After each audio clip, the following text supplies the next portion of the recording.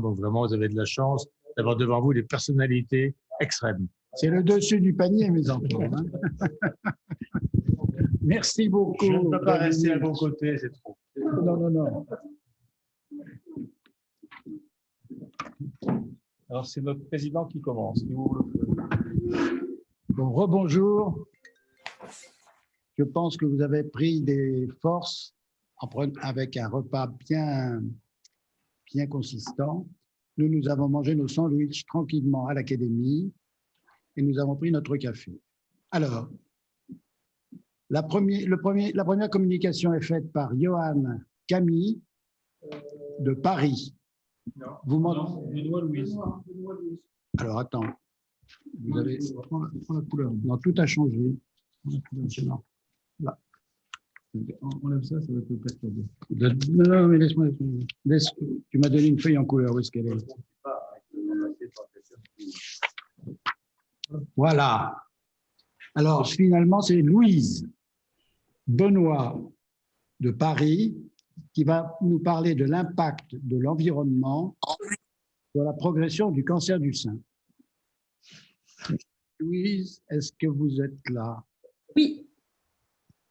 Vous m'entendez bien? Pas de souci? Vous voyez ma présentation? Voilà. Parfait. Eh ben, bonjour à tous. Pour 8 minutes exactement.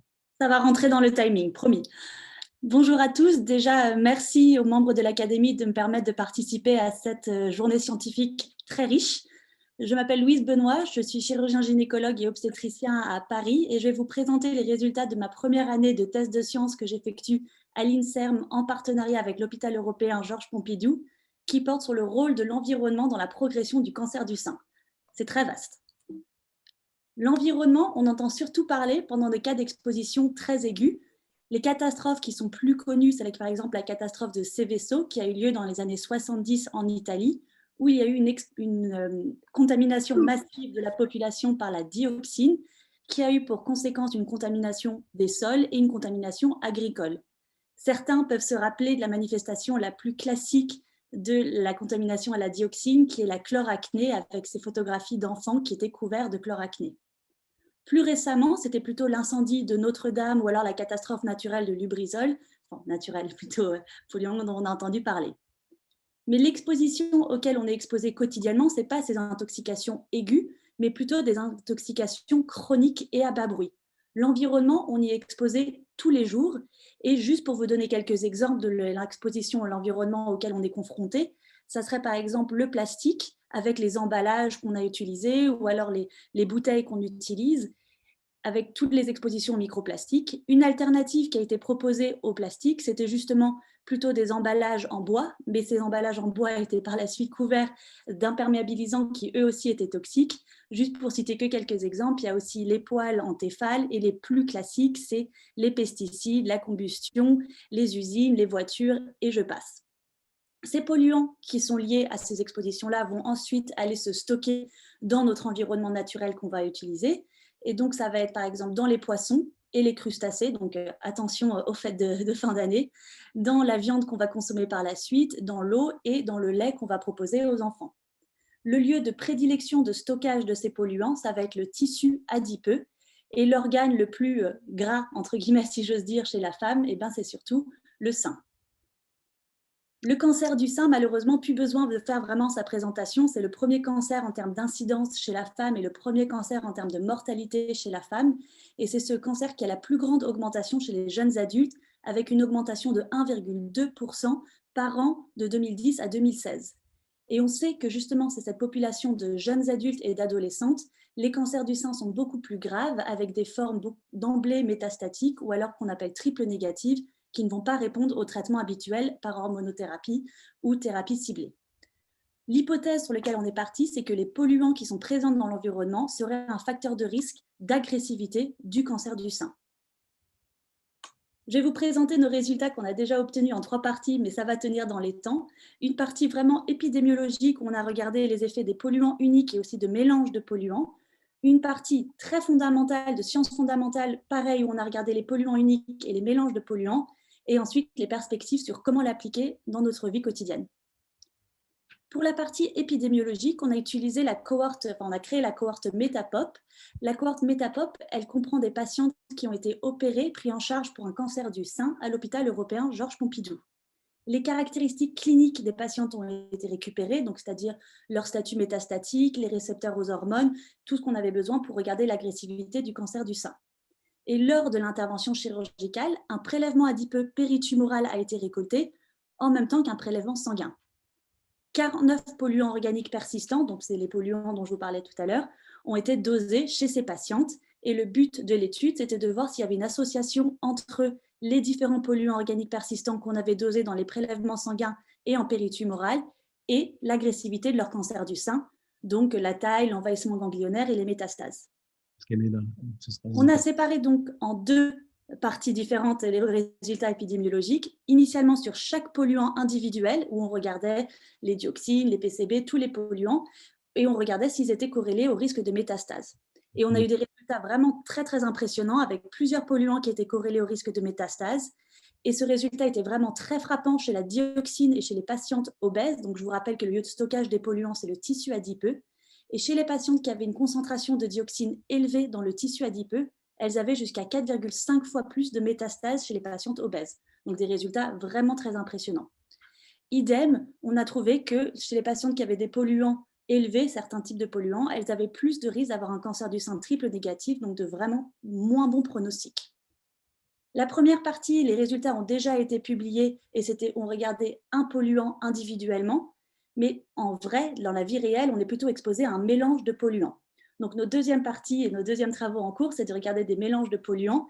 La méthodologie statistique est beaucoup plus compliquée. Je n'aurai malheureusement pas le temps de vous détailler tout ici, mais on a pu trouver que certains mélanges de polluants différents étaient corrélés à la métastase et à la taille tumorale. Ensuite, on a fait une partie vraiment plus fondamentale de laboratoire et de culture cellulaire où on récupérait les cellules du cancer du sein qu'on cultivait dans leur micro-environnement, et le micro-environnement tumoral du cancer du sein, c'est surtout les adipocytes, donc vraiment le lieu de stockage des polluants. On les traitait ensuite soit initialement par un polluant unique, toujours dans le même principe sur la partie épidémiologique, donc la dioxine, ou alors par un mélange de polluants. Et un très très bon exemple de mélange de polluants, c'est la fumée de cigarette. Et là aussi, pareil, on a eu des résultats qui étaient vraiment assez frappants. On s'est axé sur deux axes différents, donc la résistance au traitement et la formation de métastases. Pour pouvoir effectuer une métastase, la cellule va devoir acquérir un certain phénotype métastatique. Donc, elle va pouvoir devenir d'une cellule épithéliale à une cellule qui peut être plus mésenchymale et donc migrer plus facilement. Elle doit migrer dans le tissu voisinant, aller dans la circulation générale, survivre en autonomie dans la circulation générale, ce qu'on appelle la résistance à l'anoïkis, puis après à nouveau reprendre son phénotype épithélial et se proliférer avec une néo-angiogénèse pour avoir des nouveaux vaisseaux. On a vu que quand on traitait nos cellules, que ce soit par un polluant unique ou par des mélanges de polluants, et les cellules acquéraient, vous voyez, avec les éclairs, tous ces phénotypes-là différents. Donc vraiment assez impressionnant. Et de la même manière, on a regardé la résistance au traitement. Est-ce que ces cellules de cancer du sein qu'on traitait par polluant allaient moins bien répondre au traitement? Et elles répondaient nettement moins bien, surtout à l'hormonothérapie, en acquérant pareil un phénotype plutôt triple négatif, donc qui résiste moins bien au traitement, qui résiste plus au traitement et qui va donc bien moins avoir un moins bon pronostic. Donc pour la partie épidémiologique, on a trouvé qu'une concentration élevée de certains polluants individuels était associée au risque d'agressivité du cancer du sein, mais aussi que des mélanges de polluants qui étaient plus proches de l'exposition de la vie réelle étaient aussi associés au risque d'agressivité du cancer du sein. Idem, en fondamental, in vitro, ça a été vraiment retrouver la même chose que quand on traitait nos cellules par des polluants, elles faisaient plus de métastases et résistaient au traitement. Mais on peut se poser la question, c'est bien, on a trouvé des facteurs de risque, mais qu'est-ce qu'on va en faire? Qu'est-ce qu'on va proposer à nos patientes? Et surtout, qu'est-ce qu'on peut faire pour se protéger de l'environnement? Là, je vous ai que montré les premiers résultats de la première année de thèse de science, donc il reste encore des choses à faire. Et donc, pour répondre à la question, qu'est-ce qu'on va proposer aux patientes? On a effectué une analyse transcriptomique des 90 prélèvements des patientes de la cohorte Metapop. Donc, la même cohorte chez qui on avait trouvé que certains polluants étaient corrélés à l'agressivité du cancer du sein. Et en effectuant cette analyse transcriptomique, on espère trouver une signature classique de l'exposition à l'environnement, qui serait donc un marqueur d'agressivité et qui pourrait être un biomarqueur d'exposition. Et idéalement, à terme, on pourrait imaginer la création d'une thérapie ciblée chez ces patients qui sont plus exposés à l'environnement. Pour répondre à la deuxième question, comment est-ce qu'on peut se protéger de l'environnement? Eh bien, pour pouvoir mieux se protéger de l'environnement, il faut faire reconnaître officiellement les voies d'action des polluants dans le cancer du sein.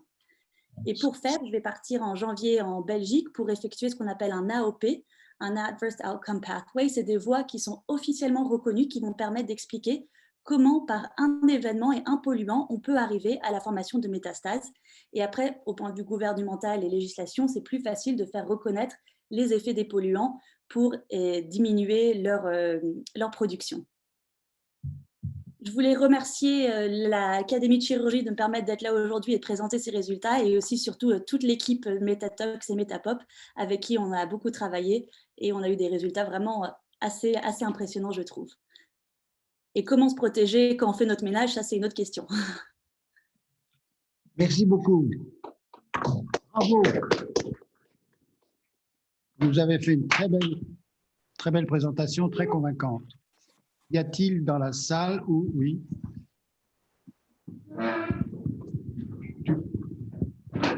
Tu te présentes, s'il te plaît. Merci. Michel-Henri Delcroix. Merci pour votre présentation. Je voulais vous demander le lien que vous faites entre le tabagisme des femmes et le cancer du sein. Vous avez évoqué la fumée de tabac comme le mélange des polluants. Est-ce que, justement, dans les travaux que vous avez faits, est-ce que vous avez remarqué que les femmes fumeuses, en fonction de leurs antécédents, éventuellement de leur exposition au tabac in utero, s'il y a une augmentation du risque de cancer du sein et d'évolutivité de ce cancer? Merci. C'est une super question et une question vraiment extrêmement pertinente, parce qu'on s'est posé la même question, et donc on est en train d'effectuer une revue de la littérature justement là-dessus, parce que les résultats sont extrêmement discordants sur le tabac. Ce qui est quasiment sûr, c'est que le tabac, ce n'est pas un facteur de risque d'incidence du cancer du sein. Là-dessus, il y a beaucoup d'études. Mais la question, c'est sûr, est-ce que le tabac comme ça serait un facteur de risque d'agressivité du cancer du sein? Et là, les études sont beaucoup plus discordantes parce que, comme vous dites, c'est compliqué de savoir comment est-ce qu'on quantifie l'exposition au tabac. Est-ce l'exposition passive, l'exposition encore en cours, les patientes qui ont été exposées in utero? Il y a vraiment plein de différents types d'expositions différentes. Pour l'instant, les premiers résultats qu'on a trouvés, c'est que pas de lien avec l'incidence, mais par contre l'agressivité, notamment le tabagisme passif aussi pourrait être un facteur de risque. Mais je ne pourrais pas vous en donner plus parce que c'est vraiment issus de cohortes rétrospectives que j'ai ces résultats-là. Une question de Pascal Richman. Oui, merci. Bonjour. Bravo pour votre présentation.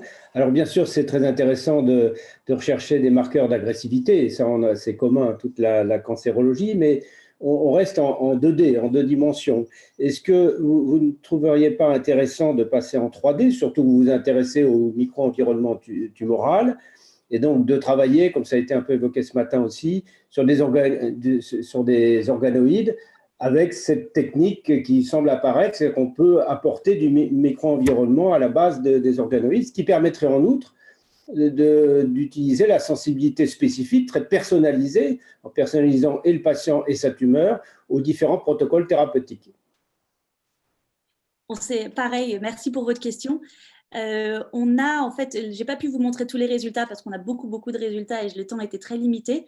Pour ce qui est du in vitro pour polluant unique, je ne vous ai que montré les résultats in vitro, mais déjà là-dessus, on avait des résultats in vivo aussi sur le zebrafish, mais malheureusement, je n'ai pas eu le temps de vous les montrer. Pour ce qui est du modèle 3D, tout à fait, ça c'est un des objectifs. On est justement en train de travailler pour créer des collaborations, pour apprendre un peu mieux à faire des organoïdes et espérer faire ça parce que c'est vraiment ça qui serait le plus intéressant. Eh bien, venez nous voir à Toulouse, on travaillera avec vous. Est-ce que vous pourriez nous préciser pour les ignorants comme moi ce que signifie une analyse transcriptomique? L'analyse transcriptomique, c'est quand on va regarder les ARN qui ont été… en fait, on a les prélèvements des patientes, on les a déjà récupérés. On a fait les extractions, on a récupéré les ARN qu'on va envoyer à la laboratoire à Cochin dans la plateforme de génomique qui, vont nous retrouver une signature spécifique et nous retrouver en fait tous les gènes qui sont exprimés différents chez les différentes patientes. Et ensuite, par des analyses statistiques, on va essayer de faire des corrélations entre les différents profils des patientes métastatique, non métastatique, agressivité, et celles qui avaient les polluants les plus et les moins élevés, et ces signatures génomiques différentes qu'on va retrouver. S'il n'y a pas d'autres questions, nous allons vous remercier de votre très belle présentation de ce sujet passionnant. Merci beaucoup.